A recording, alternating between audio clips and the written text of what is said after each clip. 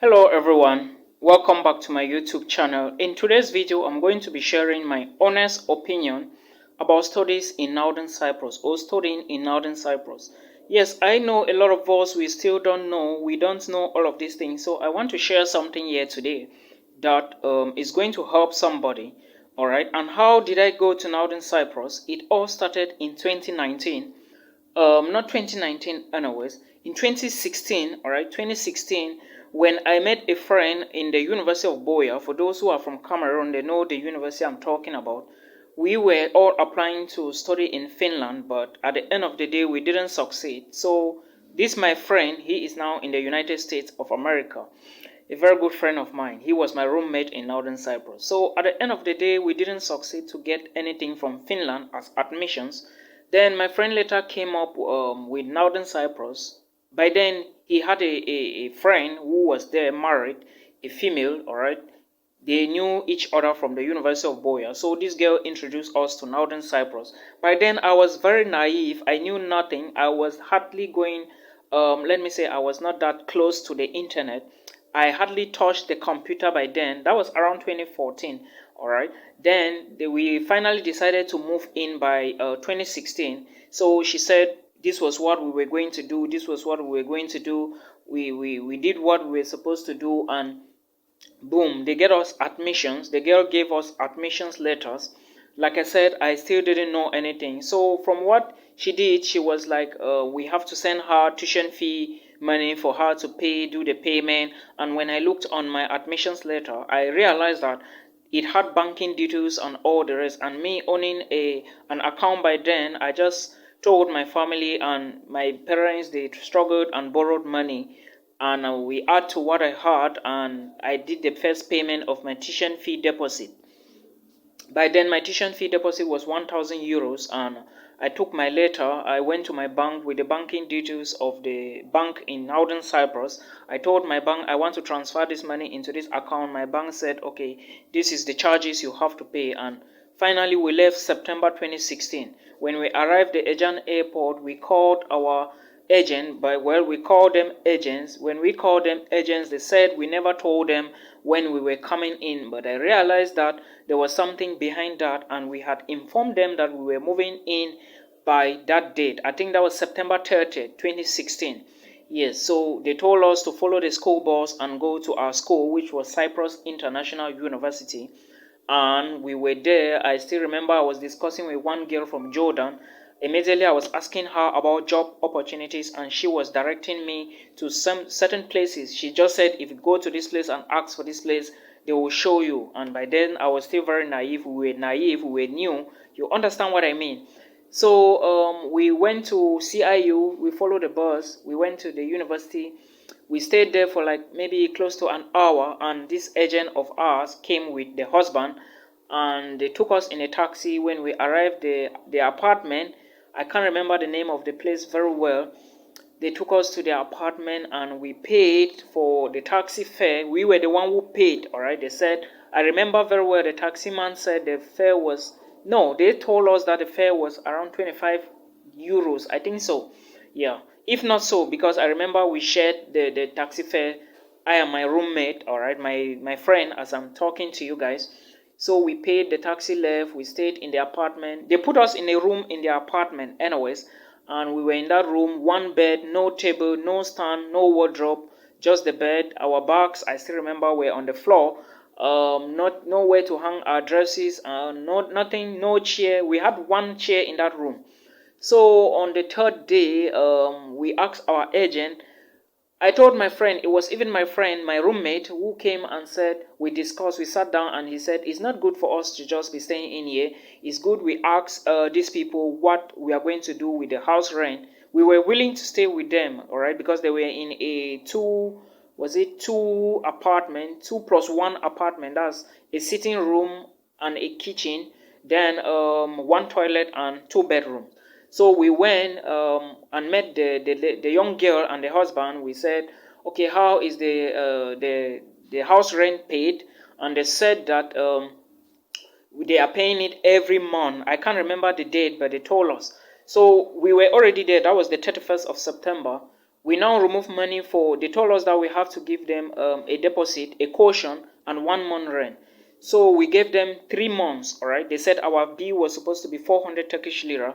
So we gave them a total of 1,200 Turkish lira, a deposit, 1 month rent, and a caution fee. How do they call it? Yeah, I think it has a name. I'm forgetting. Those in Northern Cyprus, you know that.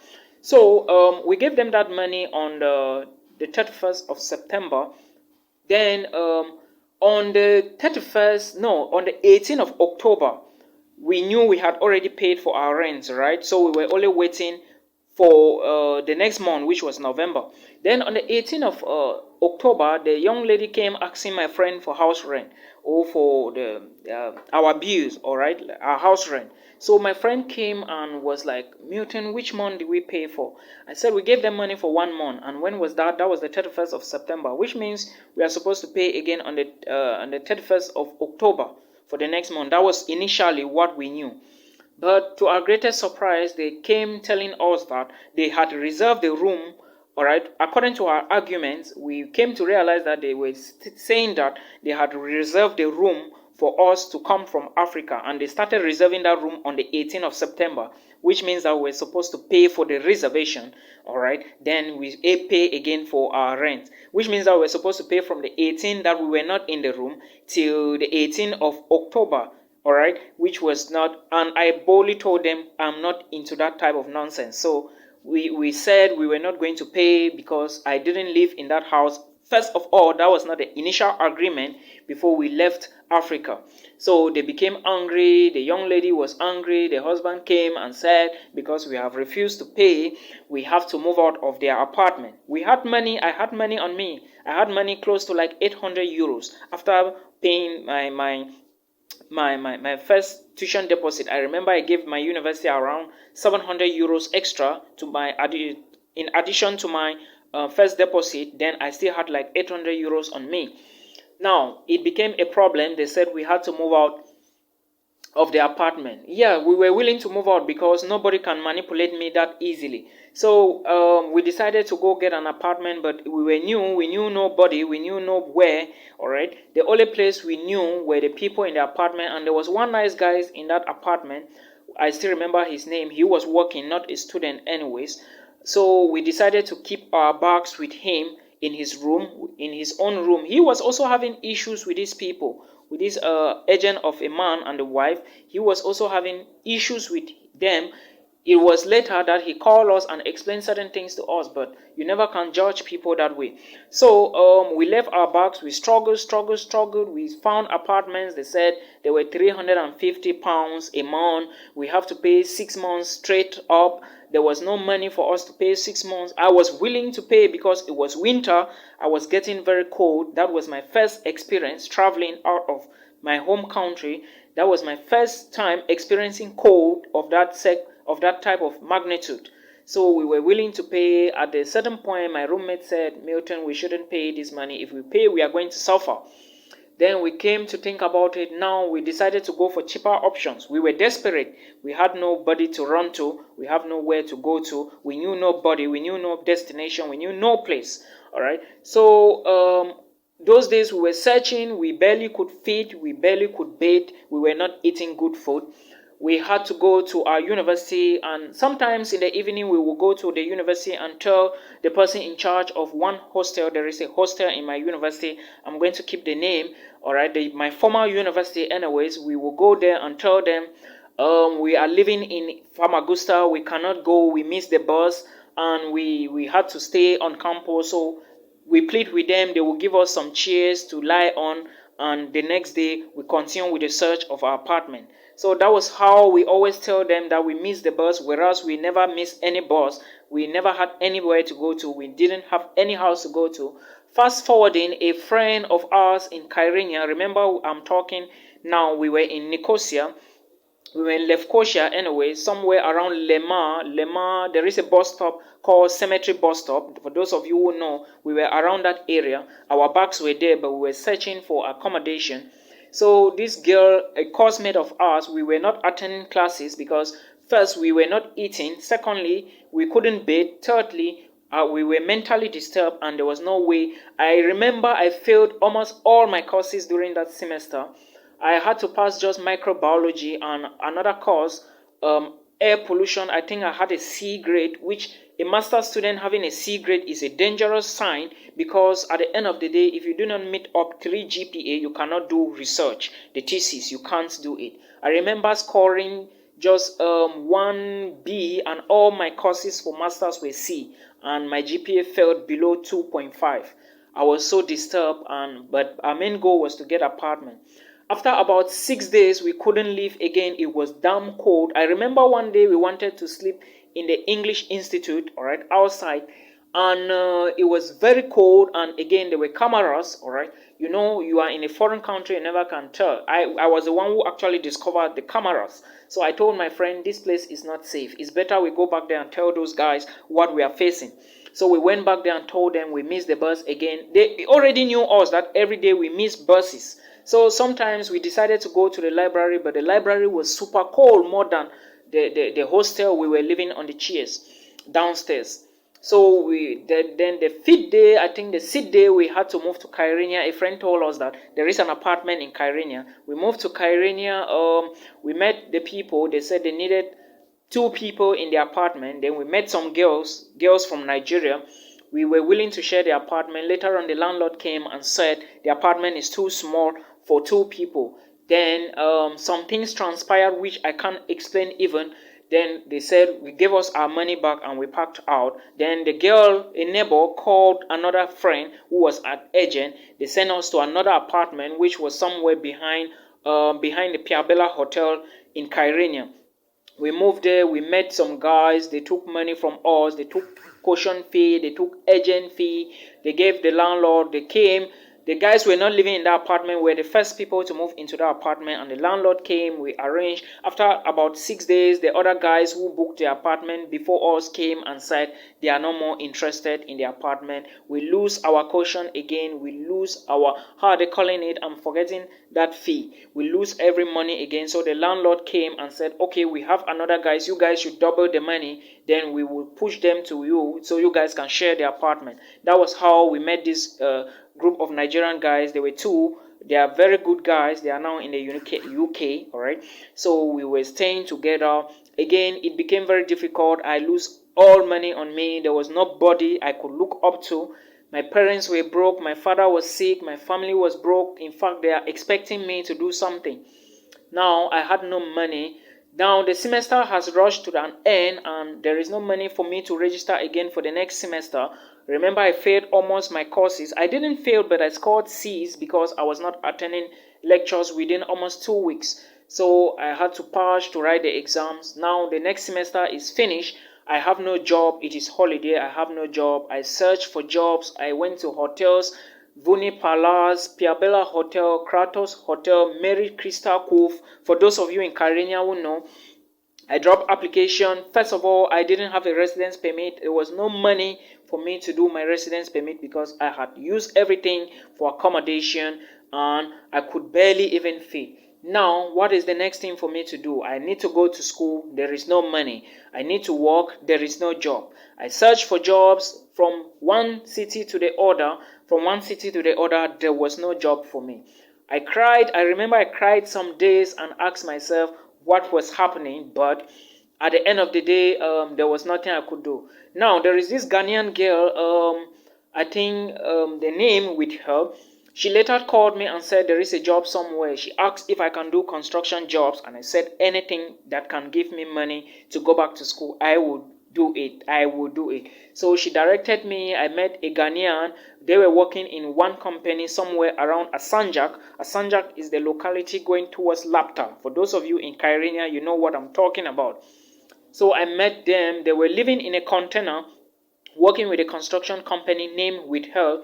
So I went there. They introduced me. I was very weak by then. I was not feeling well. I couldn't do anything. I was new to the job. Remember, this is construction. You have to be strong. So we managed. We stayed there. I had to go to the container because there was no way I could be living in Kyrenia and moving there. It would cost me a lot of money, which I first of all didn't have the money. So we arranged. I moved there. Fast forwarding, I worked 1 month. They paid me, but they fired me because they said, according to them, I was slow. I didn't know how the job operates. Now, I was back again in the house for around 2 weeks. I was asking myself what is happening. No money. Remember, I'm owing house rent. Now, there was one of these Nigerian guys. They didn't have any issue, so he was paying my rent.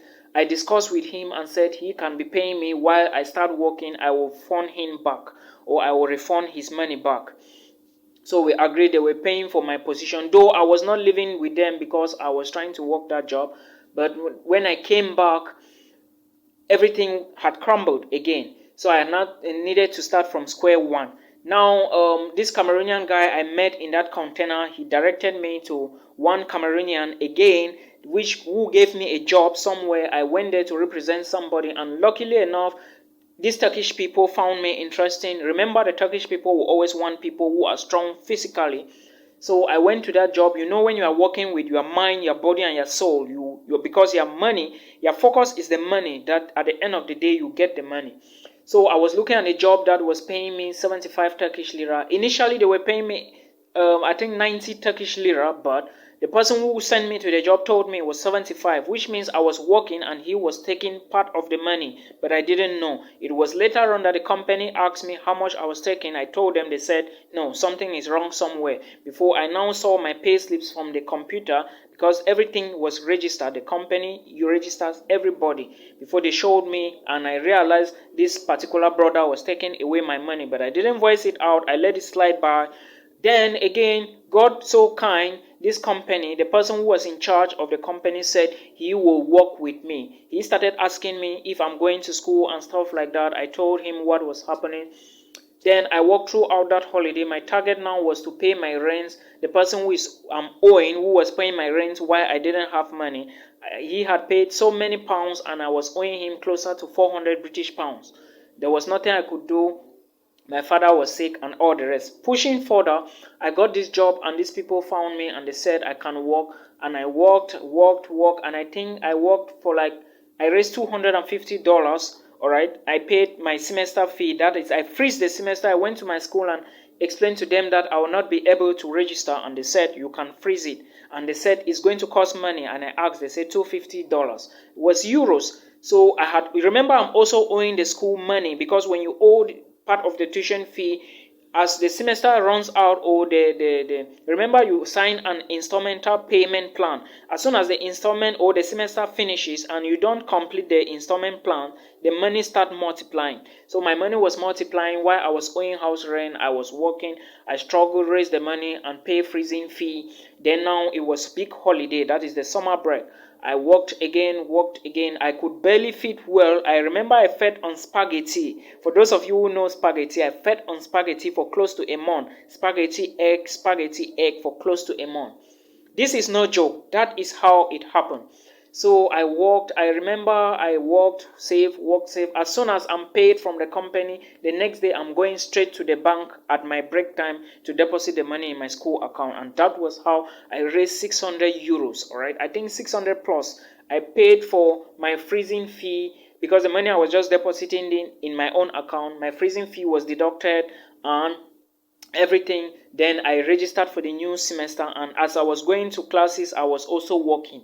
And I think that it was God who favored me, because it is rare to see a situation in Northern Cyprus where somebody goes to school, come back and work, go to school, come back and work. It is very rare. They will not accept. So that was how it happened, and I finished coursework. Pushing further, 2018, I finished coursework and started thesis, and I still couldn't do thesis for one semester because remember, thesis is now 1,200 to register. And as I was working, I was registering. I had paid my roommate. I was registering. I was doing the thesis. I had no laptop, no computer. Even the laptop I was using, a friend, a Nigerian brother, bought the laptop for me. Yes, I'm serious. A Nigerian brother bought the laptop for me. I'm keeping his name. I still remember you, bro. I know he is watching my videos. One day I will surprise you. I know very well. This guy, he saw my situation. I explained everything to him. He bought a laptop for me and my roommate, but my roommate had decided that he was going to the United States. He had quit the program. So That was how it happened. Now I wanted to quit the program, but there was no way because I had finished all coursework. I had paid millions already. Then I decided that now it's left just 1,200 for me to complete. If I quit, I will lose. I will have no certificate. Then I called my grandmom. My grandmom said, anything you are doing, drop the money in school and make sure you finish. John, even if it means giving your own life to graduate, give it up and graduate. And when I remember that, it gave me an extra boost. I struggled, and that was how I finished my program in September 2019, and I got my certificate. So some of you, you may not know the life in North Cyprus. I had the possibility to join the bad gods, the bad boys. They even wanted to introduce me to so many things, and I turned them down. All right, so that is what you should know, because Northern Cyprus is not a place for you to joke. If you joke in Northern Cyprus, you are finished. A lot of people are in Northern Cyprus, they don't go to school. All right, so if you are moving to Northern Cyprus, understand that you are going to be working but Turkish liras, but your tuition fee is paid in euros. That was something I didn't know. All right, agents never explained to me. That is why I opened this YouTube channel, to explain to everyone who is taking that type of a step, so that you know, because in Europe nobody feeds you. All right, it's either you feed yourself or you die of hunger. So that is how it is. Remember, now again, everything you are paying for, we pay for water bills, we break down electricity, we break down accommodation and all the stuff. So nobody feeds you. Know this thing and know peace. All right, so that is what you need to understand. In case you are moving to Northern Cyprus, know that there are a lot of challenges, a lot of things. I even remember when I was moving to school, remember I was staying now 18 kilometers away from school. It takes me at least 1 hour to arrive my university. So I have to take a bus. First, I didn't have money to pay transportation. I have to beg for auto stop from Kyrenia. Each day, I'm begging auto stop to move to Nicosia before I wait for my school bus in Nicosia to enter and go to my school in Haspolat. So it wasn't an easy ride for me. That was how I was doing it. I even remember one morning I used to have biology practicals, that's microbiology practicals, early at 7 a.m. But I was living 18 kilometers away from the city in which my university was, not to talk of my university. All right, so I have to beg again, beg, and finally my friend in Germany, when I finished the thesis, now the money was hanging around 600 euros. I couldn't pay that one. I was broken. There was no way I could go. I pleaded with my friend in Germany, and he sent me some euros, which I added and completed my tuition fee. So everything I'm doing today, I still give thanks to my friend, because he was the only person. I called and called and called. One of my friends in the United States sometimes supported me with my accommodation. One of my friends, then the friend in Germany, was the one who sent me money twice. All right, he sent me money twice. I remember the first one he sent was around 150 euros, which helped me a lot. Then this one now he sent for me to pay and collect my certificate, which I did, and I haven't refunded him yet. Just imagine. So these are the type of people you should have as friends, people who care about you. I say thank you so much to my friend, because I don't want to call his name here because of personal issues. All right, privacy. So this is what you should expect, because if you go to Northern Cyprus without a sponsor, there are two things. It's either you drop and join the Yahoo boys, or you drop and move to South. That is what a lot of people are doing, and which was what I didn't know. But again, when I realized that I have to go to South and seek asylum, and when I read about asylum and found out about asylum, that was where I refused that I was not going to South Cyprus to seek asylum, because I'm someone who is ambitious. I want to go to other places. I want to move out. Asylum was going to restrict me and is going to restrict me. That was why I decided not to go for asylum. So this is my story and how it happened until I had to leave Northern Cyprus. All right, so these are certain things you should know when you are moving to Northern Cyprus. Make sure you have a sponsor. I always insist, make sure you have a sponsor, because if you don't, it is going to be a different ball game for you, especially now that there are no jobs. Even if you, North Cyprus is already in such a way that the houses are many. All right, I don't think the jobs I was doing in 2018, 2017, you would even find them now. I work with one company in Asanjak. I was sacked, All right, I came and worked with one company for almost 2 years, 5 months. That is the company that fed me in Northern Cyprus and paid almost half of my tuition fee, and I'm so grateful. Yeah, there were days they called me a slave. I remember one a Congolese man came to supply us ceramics, and he saw me carrying ceramics. He was like, why am I doing it where there are bulldozers? And my boss said I am the bulldozer of the company. So they treated me like a slave, but my main focus was the cash. Even people who knew me was asking me, Milton, why are you doing this? You want to kill yourself? I told them, brothers, you will not understand. Even people who were neighbors, they used to see me coming back from that job. They will see the way I'm working. They will be like, Milton, are you okay? I will say, I'm okay. Whereas I knew I was not okay. So that was how I managed to pull through, and I left Northern Cyprus. Yeah, so brothers and sisters, if you intend to move, know that this is exactly what you are going to face when you move to Northern Cyprus. There were days that I could literally not even move my legs because my legs had freeze inside my own shoes. I had no good heating source of let me say no good source of heating. All right, even the gas we were using, sometimes it gets finished and it's difficult to buy. So these are some of the things you should understand before you move to Northern Cyprus. All right, nobody is going to be your friend, just know that. All right, I hope this will help somebody or inspire somebody. Guys, share it